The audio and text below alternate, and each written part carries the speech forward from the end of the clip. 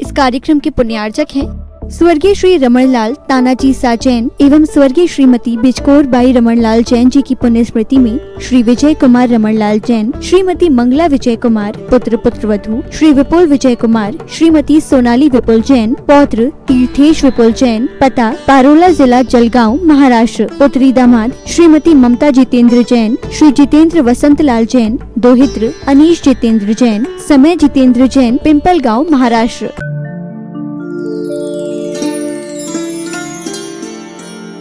श्रावक अवस्था में जितना संभव है उसका कितना परसेंटेज आपके आचरण में उतरा है? समझ रहे हो नहीं समझ रहे हो? बस इतनी ही पब्लिक है कटनी की। जैसे हमने कहा था आज फर्स्ट डे है तो सभी लोग कम से कम आ जाए, युवा मंडल आ जाए, यहाँ का महिला मंडल आ जाए, यहाँ का पुरुष मंडल आ जाए। यहाँ कोई हम एग्जीबिशन अथवा कोई कंपटीशन रख दें जिसमें बहुत अच्छी गिफ्ट है तब तो आ जाएंगे, सब आ जाएंगे। अच्छा नाश्ते का प्रबंध हो तो सारे लोग आ जाएंगे। इसका क्या अर्थ है?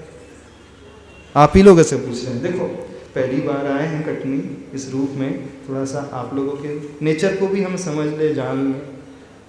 नहीं, क्योंकि जब तक एक दूसरे को समझेंगे ही नहीं तब तक व्यवहार अच्छा सा नहीं होता है। व्यवहार समीचीन कब होता है? जब व्यक्ति एक दूसरे को जान लेता है, उसके नेचर को समझ लेता है, तो फिर ट्यूनिंग बहुत अच्छी बैठ जाती है। नहीं बैठ जाती? आप लोगों को किससे पड़ती है?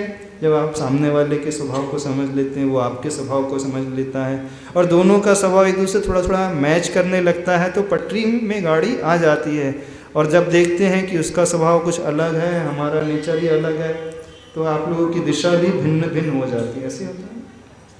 तो मैचिंग करने के लिए पहले जानना जरूरी होता है, एक दूसरे को समझना जरूरी होता है। तो थोड़ा सा हम भी आप लोगों को समझ ले, आप भी हम लोग हमको समझ लो। ऐसा नहीं कि हम ही आपको समझे, हम आप सबसे कह रहे हैं आप भी हमें समझ लेना। ठीक है? हाँ? नहीं समझे तो कैसा देखते हैं आप अपने आपको, अपनी समाज को? अभी सिर्फ शब्द का विषय है कि थोड़ा थोड़ा बोध का भी विषय बन गया है? शोध का विषय तो बहुत बाद में आएगा। श्रावक के जीवन में शोध कब आएगा? जब वो प्रतिमा को धारण कर लेता है, तो समझना वो शोध की ओर अग्रसर हो गया है। और बोध का विषय कब बन जाएगा? जब वो पाक्षिक श्रावक बन जाएगा, श्रावक के योग्य आचरण थोड़ा बहुत करना लगेगा, कुलाचार का पालन करना लगेगा, जैसे उसके आवश्यक बतलाए गए उसके अनुसार वो पालने लगेगा, तो समझना बोध में वो उतर रहा है। पर प्राय देखने में आ रहा है सभी लोग शब्दों के ही धनी हैं, बाहर के ही धनी हैं। ऐसे ही गलत तो नहीं करे अध्यक्ष महोदय? बता संजय जी, ऐसे ही है। नहीं, किसी को कुछ पूछना है तो पूछ भी लेना। हम प्रवचन करने नहीं बैठे हैं, अभी यहाँ पे अपन स्वाध्याय करने बैठे हैं। आप लोगों के मन में कोई जिज्ञासा हो तो पूछ भी लेना है, कॉर्डलेस माइक रख लेना। क्योंकि आज पहला दिन है, थोड़ा सा आप लोगों को झिझक होगी, तो सभी लोगों से कहना है डरना बिल्कुल नहीं। यह मत समझना कि महाराज जी क्या सोचेंगे, महाराज जी दंडित कर देंगे अथवा रुष्ट हो जाएंगे, गुस्से से बढ़ जाएंगे, ऐसा बिल्कुल नहीं सोचना। जो भी ना समझ में आए तो पूछ लेना, विषय उसके बाद ही क्लियर होगा, अन्यथा विषय क्लियर नहीं होगा। अब थोड़ा सा अपन विषय को ले लेते हैं, नहीं तो 1 घंटा ऐसे निकल जाएगा। आप बोलोगे महाराज जी आपने कुछ एक लाइन भी नहीं पढ़ाई, हमारा टाइम तो ऐसे निकल गया। क्योंकि पहला दिन था, थोड़ी सी भूमिका बना रहे थे। हाँ चलिए, तो आचार्य भगवान ने इस कृति की रचना की है, इस महाकाव्य की रचना की है। ये ऐसा महाकाव्य है जिस पर 300 से ज़्यादा रिसर्च हो चुके हैं, पीएचडी हो चुकी हैं, डीलिट आदि हो चुके हैं। कई अजैन विद्वान जो है इसके विषय में बहुत कुछ लिख चुके हैं। जो इस महाकाव्य को पढ़ता है वो हतप्रभ रह जाता है। इस कारण हतप्रभ रह जाता है क्योंकि आचार्य भगवान मूल रूप से कन्नड़ भाषी थे, कर्नाटक प्रांत के थे। जन्म से जिन्होंने हिंदी का क ख ग नहीं पढ़ा था, जिन्हें हिंदी भाषा नहीं आती थी, तो एक कर्नाटक प्रांत से आया हुआ व्यक्ति और वो भी हिंदी में महाकाव्य लिख दे तो समझना कितनी अद्भुत प्रतिभा के धनी आचार्य भगवान है। इस बात को समझना। तो वो विद्वान वे महाकवि लोग आश्चर्य से भर उठते हैं जो जन्म से ही हिंदी में पला बड़ा है, जन्म से कहें गर्भ से ही जो हिंदी सुनता आया है, उसके लिए तो हिंदी में रचना करना बहुत आसान होता है।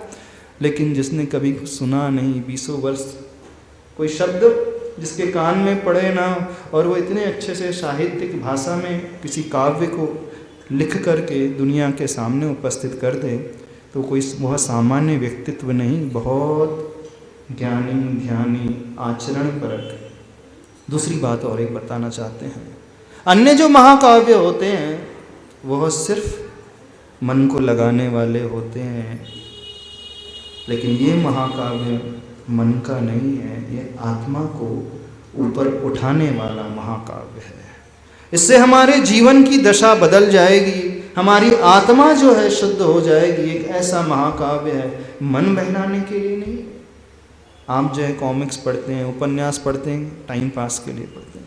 बहुत सारे जिनको पढ़ने की रुचि होती है वो इसीलिए पढ़ता है, उससे बुद्धि तो मिल जाएगी लेकिन उसका जीवन नहीं बदलता है। लेकिन ये महाकाव्य उपन्यास नहीं है, टाइम पास नहीं है, ये महाकाव्य जो है मुख्य रूप से हमारी आत्मा को परिष्कृत करने वाला, सुधारने वाला महाकाव्य है।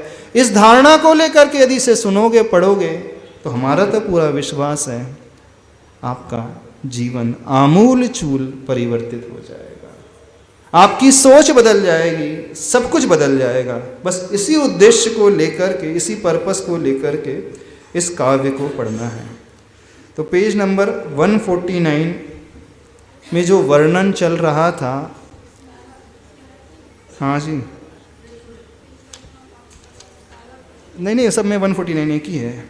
अभी तक इसमें जो वर्णन हुआ था, एक कुंभकार है जो नदी के तट से माटी को लेकर के आता है और वह माटी को फिर छानता है, उसमें से कंकड़ आदि निकालता है। ये पूरा का पूरा संवाद जो है पहले खंड में निकल चुका है। और उस कुंभकार का मूल उद्देश्य जो है माटी से कलश बनाना है। तो वो कलश बनाने की प्रक्रिया चल रही है। वो कलश कैसे बनाता है, पहले माटी को लाता है, छन्नी में छानता है, फिर कुएं से पानी निकालता है, फिर पानी को छानता है, फिर बिलछानी डालता है, जीवों की रक्षा करता है, फिर अनुपात से इस माटी में पानी मिलाता है, फिर लौंदा बनाता है। यहाँ तक की यात्रा लगभग हमारी हो चुकी है, उसके बाद की यात्रा यहाँ पर चलने वाली है। तो इसमें इस महाकाव्य में कुछ पात्र हैं।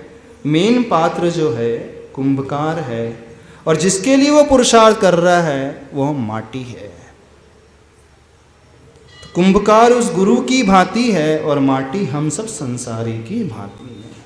तो जैसे कुंभकार माटी में से कलश निर्माण करता है, ऐसे ही गुरु महाराज जो हैं हमारे जीवन से उन विकृतियों को दूर करते हैं, उपदेश देकर, शिक्षा देकर, दीक्षा देकर के, और जो गलतियां हमारे भीतर हो जाती हैं उसको दूर करते हैं, प्रायश्चित आदि देकर के। इस प्रकार से अपने जीवन में घटाने की कोशिश करना। तो मुख्य पात्र जो है कुंभकार है और एक माटी है।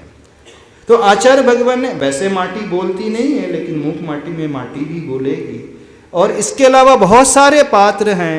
कौन से पात्र हैं? प्रकृति पात्र है, बादल पात्र है, पानी पात्र है। उस कुंभकार के भीतर उठने वाले भिन्न भिन्न भाव भंगिमा जो है पात्र हैं, तो उन पात्रों को आचार्य भगवान ने इस काव्य में संयोजित किया है।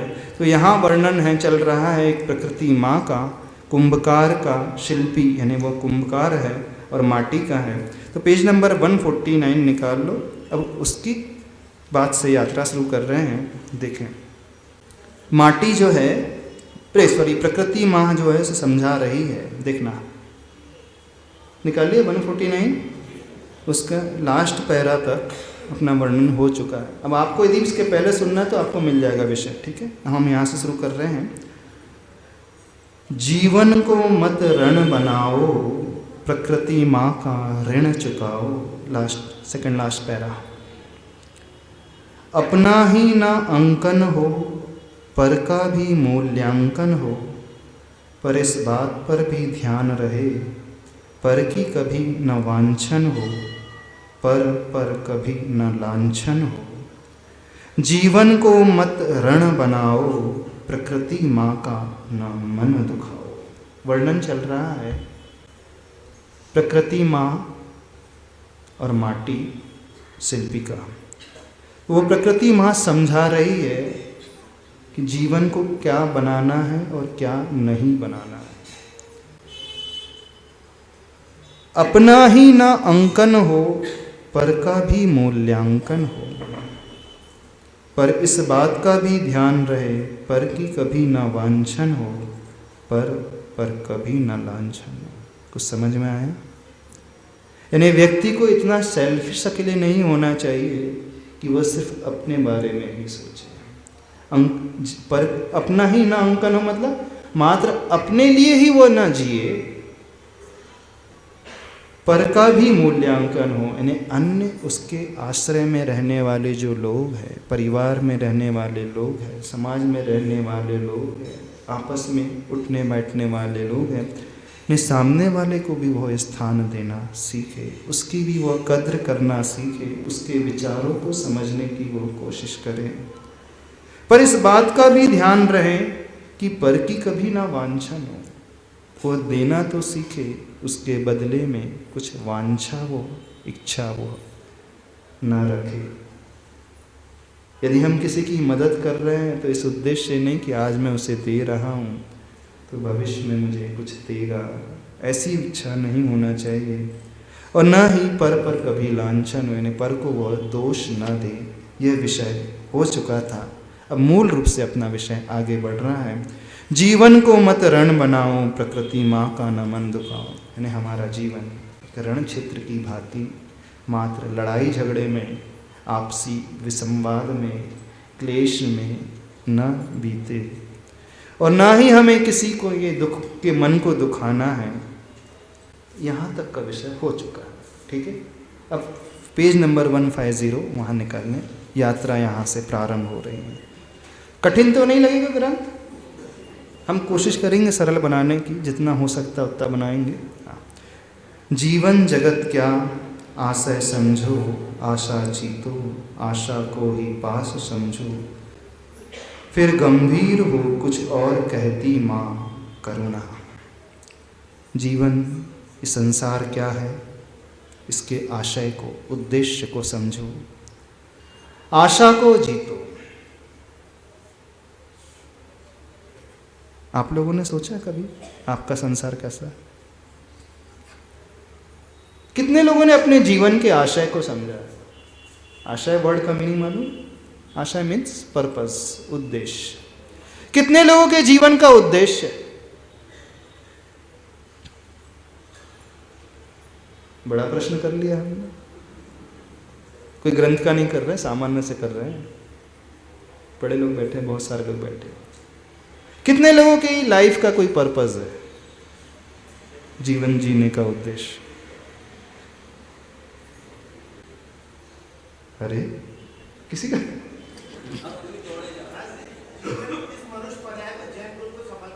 जैन कुल को, फिर तू ये सब पढ़ी पढ़ाई बातें सब शांत रख दो। आपके जीवन का रियल लाइफ जो है उसकी बात करो। जीवन का आशय क्या है आपका, उसे समझना है, आशा को जीतना है। देखो ये ऐसा काव्य है, यदि एक एक शब्द के ऊपर ध्यान दिया जाए तो एक एक घंटा निकल जाएगा, फिर हमारा ग्रंथ आगे नहीं बढ़ पाएगा। इसका हम ज़्यादा डिटेल में नहीं जा रहे हैं। बस हमारा उद्देश्य यह है कि प्रश्न उठाना सीखो लाइफ में, स्वयं से प्रश्न उठाना सीखो, स्वयं से प्रश्न करना सीखो। जो व्यक्ति प्रश्न उठाना सीख गया, बहुत कुछ बदल जाएगा। पूज्य आचार्य भगवान एक ही बात कहते हैं। एक छोटी सी घटना बता देते हैं, एक संस्मरण बता देते हैं, फिर समय हो रहा है, छोड़ना है इतना टाइम, क्योंकि टाइम टू टाइम चलना है। जीवन में उत्तर महत्वपूर्ण है कि प्रश्न महत्वपूर्ण है?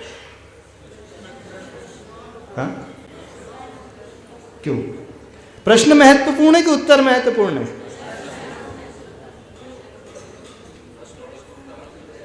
हाँ? उत्तर के पीछे भाग रहे हो, लेकिन किस प्रश्न का उत्तर चाहिए? प्रश्न कैसे लिखा जाता है? क्वेश्चन मार्क होता है, प्रश्न चिन्ह देखा है आपने? कैसा होता है? ऐसा होता है, नीचे एक डॉट होता है। जब कोई आंसर लिखा जाता है तो उसके आंसर की समाप्ति के बाद क्या लिखा जाता है? फुल स्टॉप होता है। और क्वेश्चन मार्क में क्या होता है? क्वेश्चन और नीचे एक प्रश्न। यानी हर प्रश्न अपने भीतर एक उत्तर छिपाए हुए रहता है, कहने का उद्देश्य है। यदि जो क्वेश्चन मार्क को पढ़ना लिखना समझ लेगा, प्रश्न चिन्ह को पढ़ना सीख लेगा, तो प्रश्न चिन्ह ऐसा और उसके नीचे फुल स्टॉप, यानी हर समस्या के भीतर अपनी समाधान छिपा हुआ होता है, ये कहने का अभिप्राय है। समाधान से ज्यादा महत्वपूर्ण प्रश्न चिन्ह होता है, प्रश्न होता है। तो प्रश्न उठाना जिसने सीख लिया अपने लाइफ में, उसे उत्तर तो मिल जाएगा, चिंता नहीं करना, क्योंकि प्रश्न के भीतर ही उत्तर छिपा हुआ होता है। Question mark itself says the answer lies behind him. वो खुद कहता है कि मैं आंसर, उत्तर मेरे भीतर छिपा हुआ, बस आपको देखने का नजरिया चाहिए। प्रश्न उठाना जो व्यक्ति सीख लेता है, उसकी जिंदगी अपने आप बदल जाती है। अभी तक की विचित्रता, अभी तक की विडंबना यही रही है कि 99% लोग अपने जिंदगी में कोई प्रश्न नहीं उठाते। आपको स्वयं नहीं पता आप क्यों जीवन जी रहे हो, आपके जीवन का आशय क्या है, जीवन का उद्देश्य क्या है। कितने लोगों को पता है? जो 50 साल के 60 साल के हो चुके उन्हें नहीं पता।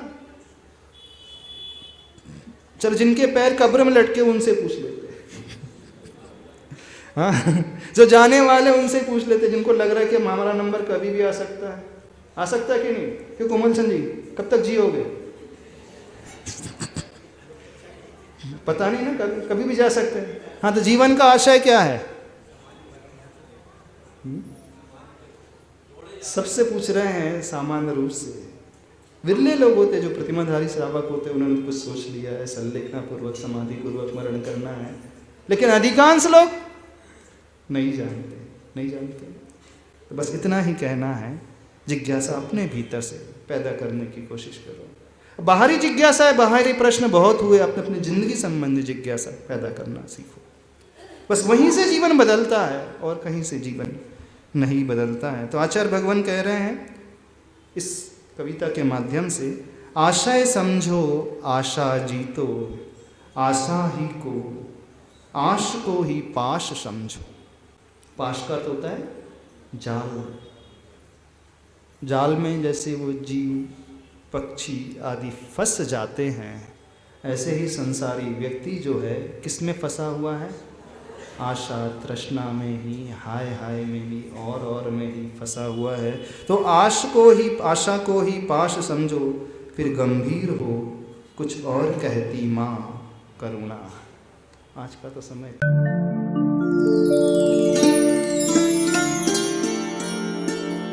इस कार्यक्रम के पुण्यार्चक थे स्वर्गीय श्री रमणलाल तानाजी साजैन एवं स्वर्गीय श्रीमती बिजकोर बाई रमणलाल जैन जी की पुण्य स्मृति में श्री विजय कुमार रमणलाल जैन, श्रीमती मंगला विजय कुमार, पुत्र पुत्रवधू श्री विपुल विजय कुमार, श्रीमती सोनाली विपुल जैन, पौत्र तीर्थेश विपुल जैन, पता पारोला जिला जलगांव महाराष्ट्र, पुत्री दामाद श्रीमती ममता जितेंद्र जैन, श्री जितेंद्र वसंतलाल जैन, दोहित्र अनीश जितेंद्र जैन, समय जितेंद्र जैन, पिंपल गाँव महाराष्ट्र।